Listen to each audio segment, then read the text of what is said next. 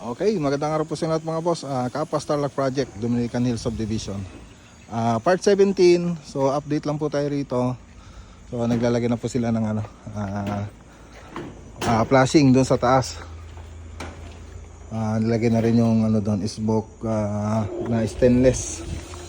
Tapos dito binabag na rin po natin dito. Naglagay na rin tayo ng poste dyan para sa gate.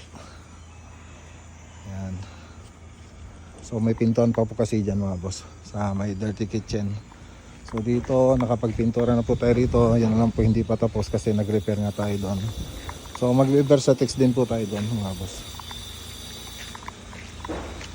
Tapos dito sa may harap, so yung railings na lang na stainless ang wala dyan. So hintayin na lang po natin yan. Tapos yung canopy, so may canopy pa po dyan. Dyan sa may gate. Tapos dito sa may garahe, so may tiles pa po rito. Ayan na yung tiles. So pababa po yan hanggang dito. So naka tiles din doon. Tapos dito okay na po rito. Yung mga kantuhan na lang hindi pa tapos. Tapos dito naman mga boss, concrete stamp na lang po yung gagawin dito. Ayan.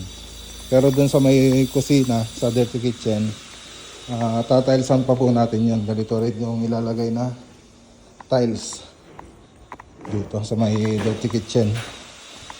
Ayan. Okay.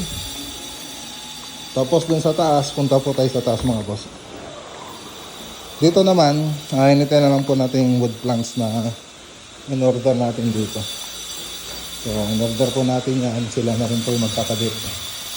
Si Joma na Mulano. So ito yung tinatilesan natin ngayon. Kamay lanay. Okay, so punta naman tayo sa kabila. Ito yung kabila. Okay, yung mga siro na lang pong kulang dyan. Alright, so yan lang muna yung update dito sa Kapa Starlock Project. Magandang araw po sa inyo lahat at God bless.